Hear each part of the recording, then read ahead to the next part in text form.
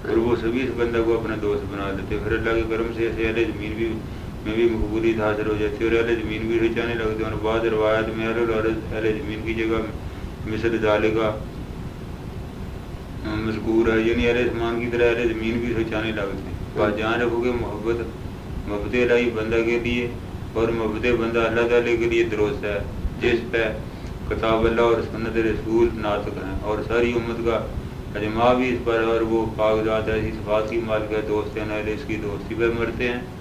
اور وہ ذات اقدس بھی انہیں دوست جانتی ہے. اور محبت کے لغوی معنی کے بارے میں کہا گیا کہ یہ لفظ ہبا سے ماخوذ ہے, جسے آر کی کثر سے پڑھنا چاہیے. یعنی ہبا میں ہے کے نیچے زیر ہے, اور ہبا ان بیجوں کو کہتے ہیں جو صحرا میں زمین پر گر جاتے ہیں. بس ہب سے اسے خوب کہا جانے لگا, یعنی محبت, کیونکہ اصل حیات اسی میں مضمر ہے. جیسے کہ اصل نباتات بیج کے اندر موجود ہوتا ہے, یعنی جس طرح بیج صحرا میں گر جاتا ہے, خاک میں پوشیدہ ہو جاتا ہے, پھر چاہے بارش ہو, سورج چمکے, سردی ہو یا گرمی, پر کچھ بھی ہوتا رہے, لیکن زمانہ و وقت کی تبدیلیاں اس کو تبدیل نہیں کر سکتی. بس جان رکھو کہ محبت الہی بندہ کے لیے اور محبت بندہ اللہ تعالیٰ کے لیے درست ہے, جس پہ کتاب اللہ اور سنت رسول ناطق ہے اور ساری امت کا اجماع بھی اس پر ہے. اور وہ ذات پاک ایسی صفات کی مالک ہے, دوست ہے الہی اس کی دوستی پر مرتے ہیں اور وہ ذات اقدس بھی انہیں دوست جانتی. اور محبت کے لغوی معنی کے بارے میں کہا گیا ہے کہ یہ لفظ ہبا سے ماخوذ ہے, جسے ہار کی کثر سے پڑھنا چاہیے.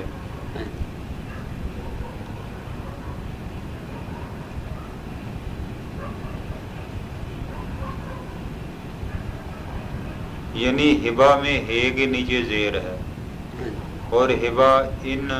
بیجوں کو کہتے ہیں جو صحرا میں زمین پر گر جاتے ہیں. بس ہب سے اسے خوب کہا جانے لگا, یعنی محبت ہے, کیونکہ اصل حیات اسی میں مضمر ہے. جیسے کہ اللہ نباتات بیج کے اندر موجود ہوتا ہے, جیسے کہ اصل نباتات بیج کے اندر موجود ہوتا ہے, نہیں ٹھیک ہو. یعنی جس طرح بیج صحرا میں گر جاتا ہے, خاک میں پوشیدہ ہو جاتا ہے, پھر چاہے بارش ہو, سورج چمکے, سردی ہو یا گرمی, گرج کچھ بھی ہوتا رہے, لیکن زمانہ و وقت کی تبدیلیاں اس کو تبدیل نہیں کر سکتی. مگر جب اس کی سرفرازی نشو و نما کا وقت آ پہنچتا ہے تو پھر موسم کا کیسا ہی ہو وہ پھوٹ پڑتا ہے, وہ گاتا ہے, پھر اس میں پھول آتے ہیں, تب پھل لگتا ہے. اس طرح محبت جب کسی دل میں گھر کر لیتی ہے تو پھر حاضری غیر حاضری, مصیبت و آفات, رنج و بلا, راحت و لذت, درد فراق اور حز وصال غرض کوئی چیز اسے متغیر نہیں کر سکتی. شاعر نے اس مضمون کو یوں باندھا ہے, ترجمہ اے وہ کہ تیری پلکوں کی کوتاہیاں تیرے عاشق کی جملہ بیماریوں کے لیے بمنزلہ طبیب ہیں.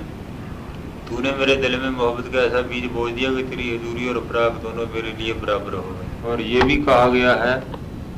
کہ یہ لفظ خوبی سے مشتق ہے, اور جو اس گڑھے کو کہتے ہیں جس میں بہت سا پانی بھرا ہوا ہو اور نظر اس میں سے گزر نہ سکتی ہو,